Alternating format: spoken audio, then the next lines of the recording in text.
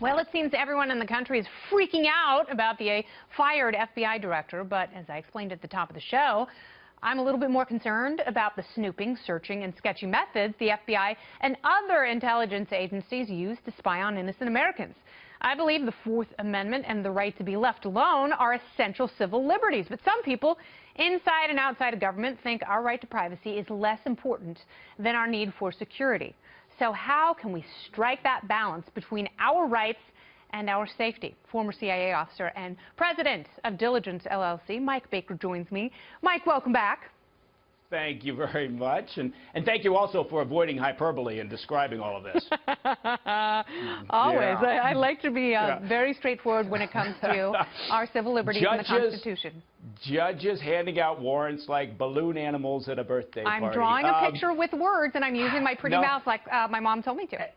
And you are, and you know what, and you're right in a sense. That I know that will shock you, but I do agree that what do you need? Well, you need a new FBI director who respects the Constitution and civil liberties. Of course, I 100% behind that. I believe that we need checks and balances on the system. I believe that any surveillance program is susceptible to abuse. Yeah. So all those things out there now, those are all things I completely agree with. But where we disagree is that I'm not on board with the conspiracy concept of, the intel organizations, NSA, FBI, out there wantonly targeting Americans just because they've got time on their hands and they find the lives of the average American so interesting. I don't think they do have time on their hands, and I think that's one of the problems, and it's also another area where you and I might disagree. I think some of these programs are so broad, and because of their broadness, they are open to more corruption since there isn't that natural transparency. But the problem is they go after so many people that, we need targeted surveillance. We need to be keeping tabs on the really, truly bad, horrible people who want to kill us and take away our freedom and end our way of life. That's something that you and I can agree on. But unfortunately, we've lost sight of that a little bit. Right. No, absolutely. And you're right. When a program, the definitions of a program and the parameters of a program are set too broadly, as you pointed out, yes, that's when the program becomes susceptible to abuse and interpretation. And so how do you combat that? Well, traditionally what we've supposedly have done is create the checks and balances, the oversight committees, and that's our first line of defense, is the curious, the demanding, the aggressive, questioning that theoretically is supposed to take place up on Capitol Hill, and then the ability to, count on a judicial system where you have the warrants and the process. Now, part of this is misconceptions, right? Misconceptions about what we mean by Americans becoming targeted.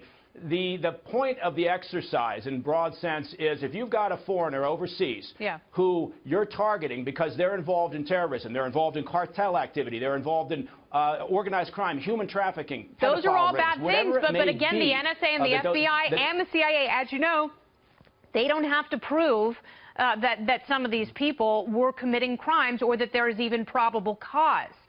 They just have to imply there's a likelihood. I guess this is the point. If you've got a suspect overseas and they reach back into the States and make communications with an American, does there need to be a process where, with the right argument, you can say we need to understand why that suspect, that person that we're following, is contacting this person here on our turf? Yeah. Yes, there needs to be a mechanism. Yeah, I think I agree with you. I think there needs to be a better mechanism. And what I hope is these are the kind of conversations we have going forward. What are the mechanisms? What are the checks and balances? What is Congress doing to make sure that there is enough oversight so these bodies don't become too powerful and open themselves up to the implication of corruption instead of worrying about the histrionics where the Comey debate has gotten so far? I'd much rather have a conversation with someone like you who has experience, who's done this job, so we can figure it out so people really are safer and we still, above all else, remain free.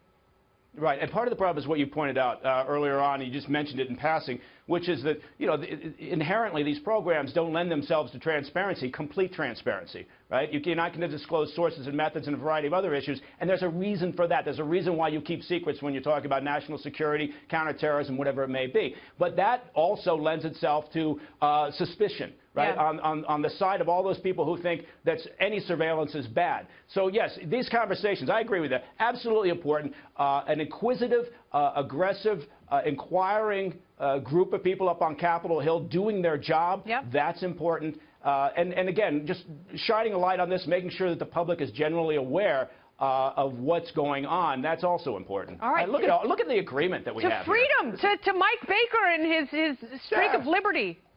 Is there a flag waving behind me right now? I feel like there should be. It's Yeah. beautiful. Anyway. It's theoretical, but it's still lovely in my mind.